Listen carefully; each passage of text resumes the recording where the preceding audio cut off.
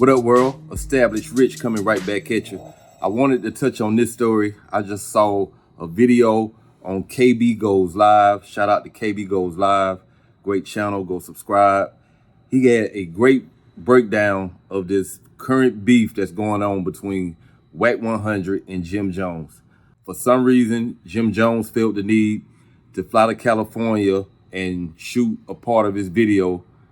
I don't know which song, but him doing that sparked some type of argument between him and Wack 100. They ended up on Clubhouse having another argument. As you know, Wack 100 has called Jim an informant over the years. So that's what we're going to talk about in this video today. And as I always do, I'm going to start the video off with my own personal journal of thoughts about this situation. Hip-hop has always been deeply intertwined with street culture, with many rappers using their past affiliations to build credibility and authenticity. However, there comes a point where staying attached to gang life does more harm than good. JimJones, at 48 years old, is a prime example of someone who has outgrown the need to prove himself in the streets, yet continues to embrace a lifestyle that is both dangerous and counterproductive. His continued public association with gang culture not only undermines his legacy, but also makes him a prime target for law enforcement, setting himself up for unnecessary scrutiny. Now, what person do you know after you've seen the YSL case, after you see Lil Durk and countless other rap artists and rap labels being indicted, would fly to California to advertise the fact that they are affiliated to a California street gang called Bloods, after they have already been caught on a wiretap in a federal case that involved Tekashi 6ix9ine. JimJones has built a successful career in the music industry, from his days with the Diplomats to his solo projects. Despite achieving financial success and industry respect, he continues to push a narrative of street loyalty, often referencing his affiliation with the 9 Trey Gangsta Bloods. At nearly 50 years old, one has to ask why?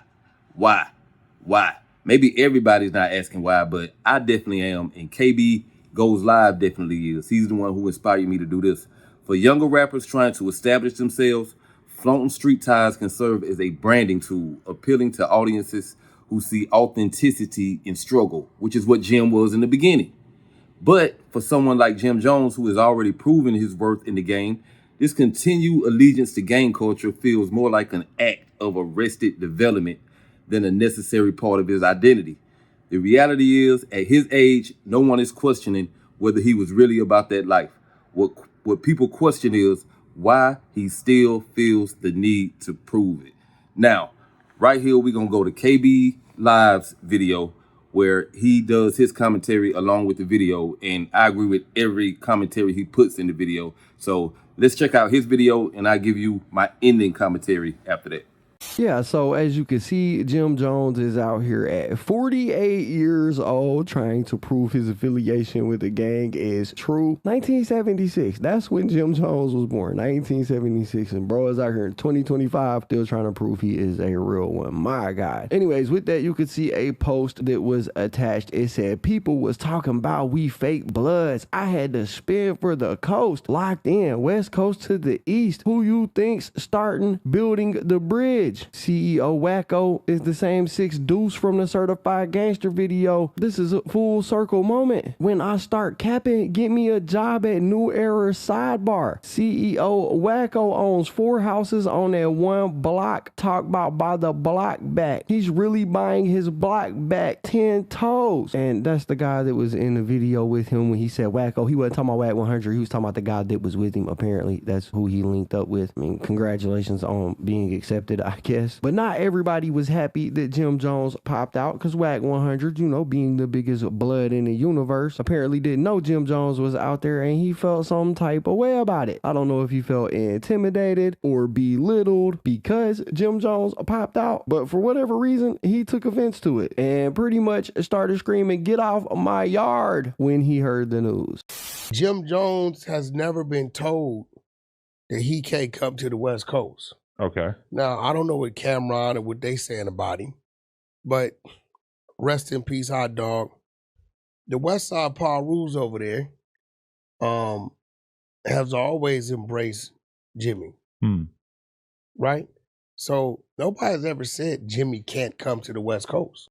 And like a true gangster grandpa, he went over to Instagram and he made this post right here that said, "Listen, scary ass cooperating clown, I let up off you, but since you want to speak as if you're that, as if you called me out, bring your ass back and we gonna play the game all the way out." Come back is crazy, bro. He was just there. Come back is wild. Anyways, he said the dead end street is wide open. You're a rapper. You're not a gangster. You ain't never been one. You're scared of the ending results. Stay in your lane before you find yourself in a situation. I ain't gonna lie, this shit right here is corny, but it's about to get cornier because JimJones decided he was gonna take the time to respond, and he posted this up on Instagram. He said, "I just left LA for the Grammys, was there for 3 days, stayed an extra day so I can shoot half my video in Compton." He added the CEO Wacko dude. He said he was there. We was shooting for 6 hours in Compton. This video was done in Gonzalez Park, where I heard you're not allowed to go anymore. Seems you have bigger fish to fry than little old me. You have a nice day, black man. Do something positive for your community instead of spewing so much hate in our culture. JOMO, really though. PS, I was riding around in a convertible 6 Deuce, so we wasn't hard to spot. And like I said, it was about to get cornier because at the same time, JimJones is out here gang banging and pushing what I would call the wrong narrative to the youth. He also tells Wack 100 that that's what he needs to do. He needs to start spreading positivity.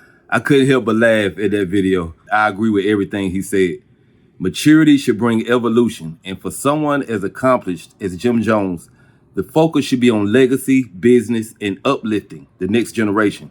Many artists who once embraced the streets have successfully transitioned into roles as mentors, entrepreneurs, and community leaders.